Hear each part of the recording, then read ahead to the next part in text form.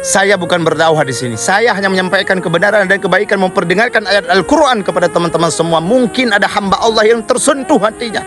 Allah selalu bersumpah di dalam Al-Quran, demi masa innal insana lafi khus, bahwa sesungguhnya manusia ini selalu berada dalam keadaan kerugian. Allah tambahkan usia, rugi. Kenapa rugi? Setiap Allah tambahkan usia kita, berarti bertambah juga maksiat kita di hadapan Allah Subhanahu wa taala. Siapa yang tidak rugi? Illal ladzina amanu wa amilus shalihat. Mereka-mereka yang beriman kepada Allah dan juga mereka-mereka yang beramal saleh kepada Allah Subhanahu wa taala. Maka Allah melanjutkan, wattawasau bil haqq, dan salinglah menasihati tentang kebenaran. Wattawasau bis sabr, dan salinglah menasihati tentang yaitu sabar. Mungkin ada hari ini orang-orang yang tidak sabar di atas musibah yang diberikan oleh Allah. Berkat mereka mendengarkan ayat Al-Quran, mungkin mereka tersentuh hatinya untuk sabar, maka tersentuh hatinya. Kenapa? Mukmin sejati, kata Allah, innamal mu'minuna alladzina idza dzukirallah wajilat qulubuhum. Mukmin sejati, kata Allah, bila mana ia mendengarkan ayat Allah, wajilat qulubuhum, tersentuh hatinya. Ya, saling menasihati. Karena manusia yang baik adalah manusia yang saling mengingatkan tentang kebaikan, manusia yang bermanfaat kepada orang lain. Camkan itu. Apa beda filsafat dengan akidah?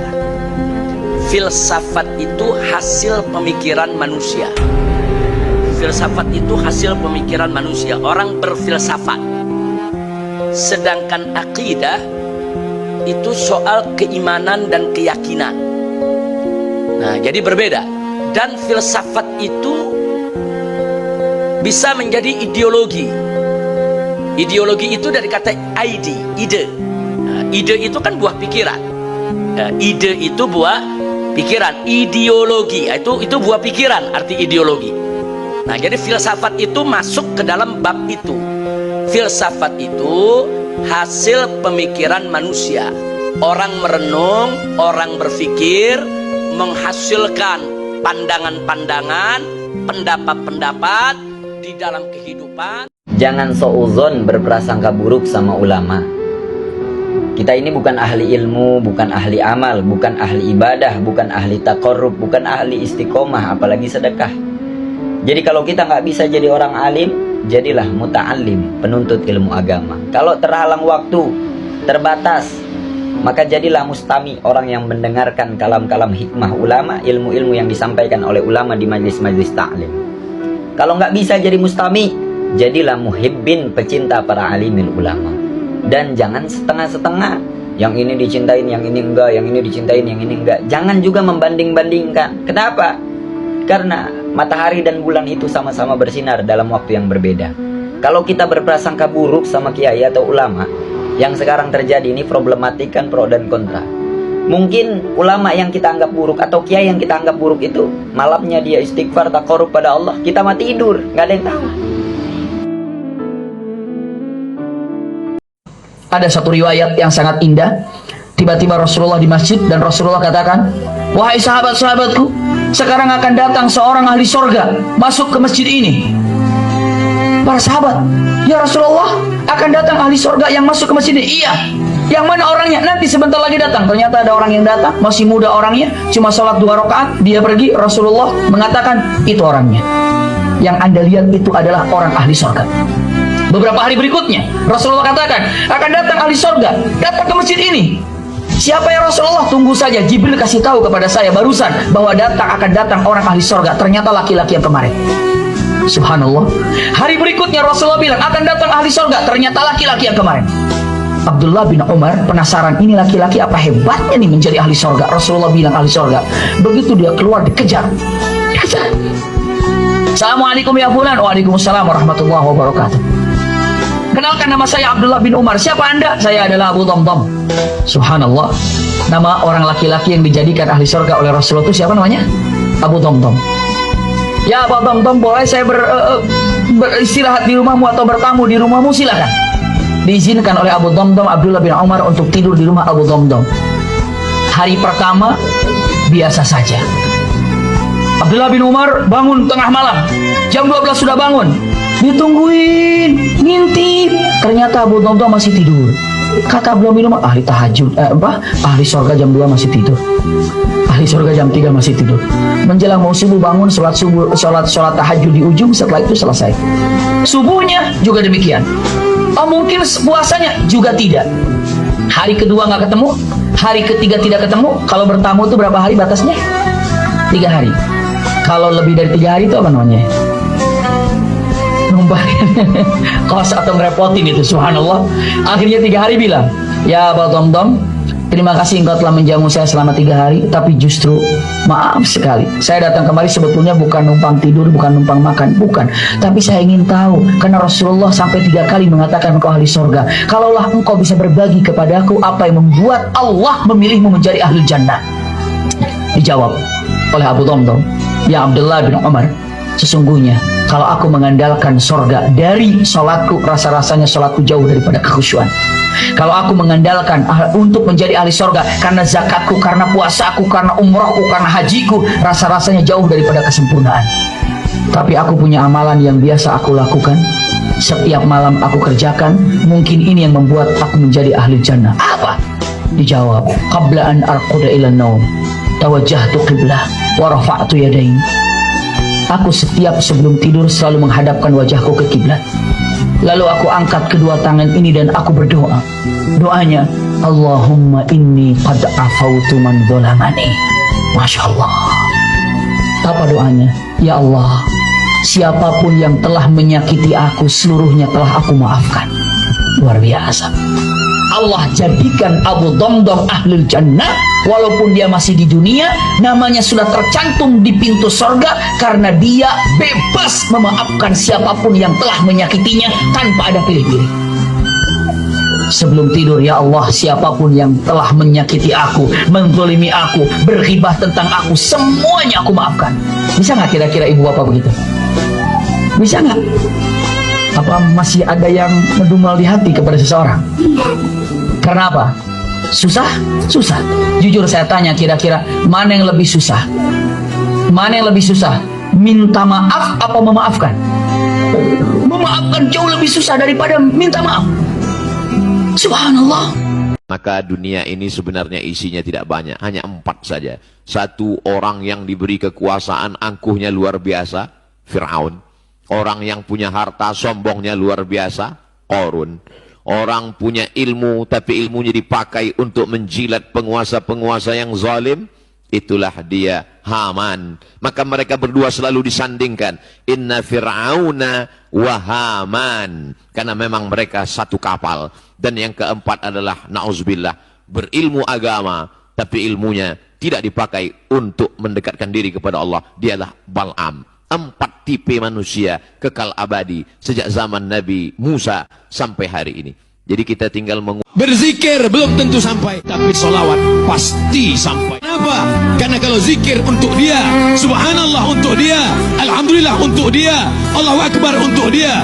Tapi manakala dia berkata Allahumma salli ala Sayyidina Muhammad, untuk dia nun yang jauh di sana, dan Allah pasti kabulkan, karena Allah berjanji wala sawfa yu'tika rabbuka fatarda, apa yang kau mau pasti aku akan beri. Dan Allah kalau sudah berjanji, Allah tidak akan ingkar janji. Innaka la tukhliful mi'ad. Ada orang yang banyak beristighfar, hanya dosa yang diampuni Allah, tapi orang yang bersolawat, dosa diampunkan, diberikan Allah syafaat, diberikan Allah subhanahu wa ta'ala darajat, diberikan Allah subhanahu wa ta'ala majlis yang paling dekat dengan Rasulullah. Siapa dia? Orang yang paling banyak bersolawat kepada Rasulullah sallallahu alaihi wasallam. Ditinggal anak meninggal saat usia 4 tahun, dan sudah hampir 4 tahun dia pergi, tapi sampai saat ini perasaan saya masih sedih dan selalu merindukannya. Apa saya kurang ikhlas? Nabi punya anak namanya Ibrahim, meninggal umur 18 bulan, menetes air mata Nabi, menangis Nabi. Makamnya di Ma'lah, samping makam Nabi, arah ke kiblat, samping Masjid Nabawi sebelah kiri. Amatardo ya Rasulullah, apakah kau tak ridho anakmu meninggal ya Rasulullah? Kata Nabi, aku ridho. Kalau kau ridho, kenapa kau menangis? Air mata kasih sayang. Makanya kalau sekedar menangis, jangan larang. Kalau ada ibu-ibu menangis, kata Nabi, da'hunna, biarkan mereka Umar, biarkan mereka menangis. Yang tak boleh itu meratap meratap itu, oh Allah, nggak bisa boleh. Selama lidah tak bergerak, selama tangan tak bergerak, hanya tetesan air mata boleh. Tapi kalau sudah mulut bergerak, mengapalah anakku, kenapa tak anak dia? Lalu kemudian, laisa minna man darabal khudud wa syaqqal juyub. Bukan umat Muhammad SAW siapa yang memukul-mukul pipi, menarik-narik rambut. Itu tak boleh. Tahan tangan, tahan lidah. Ini yang pertama. Yang kedua, tak ada yang bisa menenangkan hati ini selain zikir dan baca Quran. Asal teringat kepada anak buah hati belayan jiwa itu, buka Quran. Hatamkan Quran. Dari Al-Fatihah, Al-Baqarah, buka Quran digital, baca. Asal terasa rindu, ingat bayangannya, segala macam, ingat Quran. Yang kedua, banyak sedekah. Sedekah ke masjid. Saya mengenang almarhumah emak, udah setahun 4 bulan, orang tua sampai hari ini. Untuk menghilangkan itu tetap tak pernah lupa baca Al-Fatihah. Asal ingat untuk almarhumah Al-Fatihah. Begitu juga kirim Al-Fatihah, baca Quran. Malam Jumat surat Al-Kahfi, tiap malam baca Yasin. Untuk menghilangkan itu semua. Tak ada tempat kecuali minta kepada Allah Subhanahu wa taala. Yang ketiga, ada yang lebih sayang kepada dia daripada kita. Mana yang lebih sayang kepada anak kita itu? Kita atau Allah? Allah. Itu barang pinjaman, diambilnya. Kenapa kita marah? Inna lillahi wa inna ilaihi. Itu punya dia. Ketika diambil, kenapa kita marah? Ini mimbar ini bukan punya saya, ini mikrofon ini bukan punya saya. Ketika diambil marah saya, berarti saya gila. Ini bukan punya saya, kecuali ini saya bawa dari rumah. Bukan punya kita. Maka yakinkan bahwa ada yang lebih sayang daripada aku. Yang keempat, berpisahnya hanya sekejap. Nanti ketika anak ibu ini disuruh Allah masuk ke dalam surga, apa kata anak itu? Ya Allah, aku hanya mau masuk ke surga dengan yang pernah melahirkan dan membesarkan aku. Disitulah ibu mendapatkan syafaat anak. Syafaat Nabi ada, syafaat malaikat ada, syafaat Quran ada, syafaat penghafal Quran ada, syafaat ulama ada. Ada syafaat anak kecil, ditariknya ujung kain jubah ibu masuk ke dalam surga bersama dia. Anak kecil itu di dalam surga membawa nampan-nampan tempat air minum, menuangkannya lu'lu'il maknun.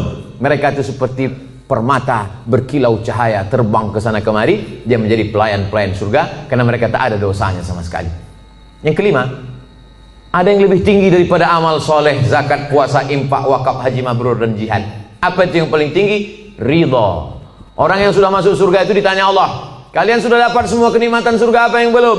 Ada satu ya Allah. Apa itu? Ridhakah. Kata Allah, yang dapat ridhaku cuma satu. Siapa dia? Orang yang ridha menerima ujianku. Ibu ridha menerima ujian ini, sabar ibu, maka ibu adalah orang yang masuk ke surga bersama anak itu. Mudah-mudahan kita semua sabar menerima ujian Allah Subhanahu wa taala. Kalau nikah pengennya maharnya berapa? Maharnya yang sekiranya dia mampu tapi nggak ngerendahin saya juga. Oh gitu. Iya, jadi nggak matokin sih. Yang penting nggak ngerendahin saya. Sebaik-baik perempuan adalah paling murah maharnya. Sebaik-baik pernikahan adalah yang paling ringan maharnya. Perempuan yang paling baik, aqalluha mahran, yang maharnya paling murah. Sebaik-baik mahar adalah yang paling mudah. Perempuan yang berkah itu yang sedikit maharnya.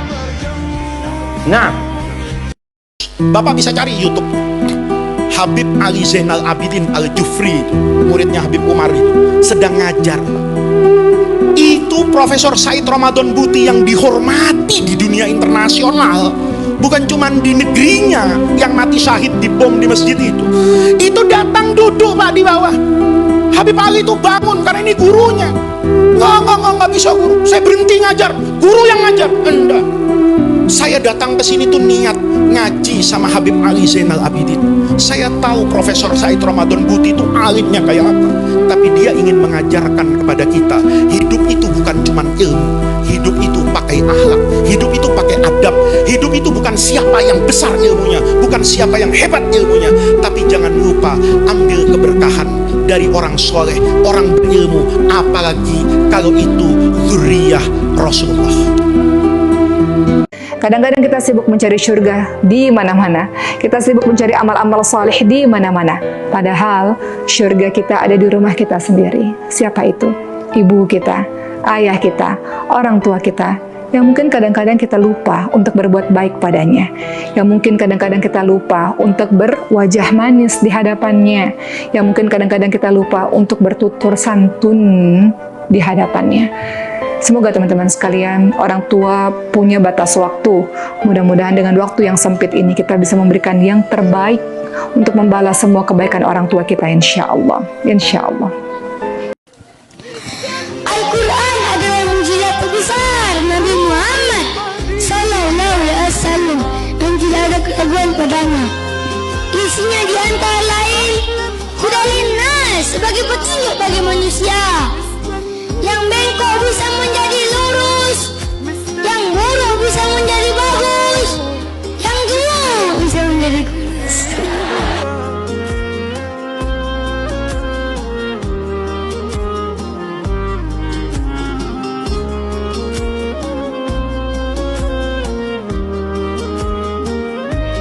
Sayyidina Umar ketika ditusuk seorang gila itu Majusi, Abu Lu'lu' terkenalnya itu Hulamul Mughirah terkenalnya, ditusuk, dia sahabat, beliau sahabat, wali. Jadi nusuk Umar itu kayak apa? Nusuk Mas Hakom aja dosa besar, apalagi nusuk Umar. Itu ketika ditusuk, dia itu ya punya dendam, namanya manusia itu punya dendam. Maksudnya namanya orang kan mangkel sama yang nusuk. Kalau orang mangkel itu inginnya kan yang nusuk itu masuk neraka. Tapi apa kata Umar? Ngendikan gini, tanya pertama, yang nusuk saya siapa? Orang Majusi. Orang Majusi, Hulamul Mughirah. Alhamdulillah alladzi lam yaj'al maniyati biyadi rajulin lam yasjud laka sajdatan yuhaju biha indaka yaumal qiyamah. Saya itu senang Gusti, yang nusuk saya orang yang nggak pernah sujud sama jenengan.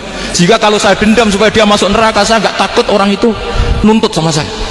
Tapi kalau dia pernah sujud, pernah sholat, kemudian dia masuk neraka karena nusuk saya, kemudian dia berargumentasi, saya pernah sujud ya Allah, kenapa engkau masukkan neraka? Saya tidak berani jawab ya Allah, saking hormatnya sama yang namanya sujud.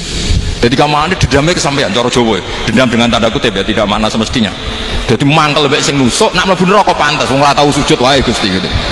Tapi kalau pernah sujud, kemudian dia masuk neraka karena saya, bisa yuhajuni biha yaumal qiyamah. Jadi kayak apa sujud? Saya apa? Nabi itu kalau muji sujud sampai ngitkan wa hatta takuna sajdatul wahidatu khairan minad dunya wa ma fiha. Nanti kalau kamu di akhirat ketemu Allah, kenangan terbaik kita apa? Di dunia pernah sujud. Keren kan? Cara ning pondok wis tau bayar syariah lho. Cara sowan kiai tau ngapopi Mas. Wis go jajan. Nah tapi kadang syaitan itu masuk tadi. Apa artinya sujud gak mesti ditompo, apa artinya sowan Habib ngaturi gak mesti ditompo, ngaturi kiai. Akhirnya ada ketakutan. Nah kalau ketakutan ini berlebihan lama-lama, ma faidatus sujud. Wah itu sudah buruk sekali, wong hamba kok tanya ma faidatus sujud. Ini di pentingnya mazhab-mazhab Syadili. Saya melihat banyak koruptor sholat. Ya.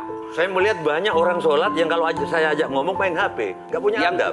Yang paling enak memang sholat tidak korupsi. Yang paling nyaman memang, paling ideal sholat jujur. Tapi wala talbisul haqqa bil batil, kata Allah. Allah tidak mencampurkan antara hak dan batil. Sholatmu beda, puasamu beda, maksiatmu beda. Itulah sehingga Allah hadirkan dua malaikat, Rakit dan Atid, mencatat yang baik di baik, yang salah salah. Tapi ini setan kan tidak membiarkan itu. Maka setan masuk. Nah, dia sholat tapi dia korup. Tapi Allah Maha Adil, maka ditimbanglah nanti mana yang lebih banyak, kebaikanmu atau keburukanmu. Kalau dia baik amalnya tapi tidak ada sholatnya, sia-sia. Kenapa? Passwordnya kebaikan itu, kuncinya itu adalah sholat.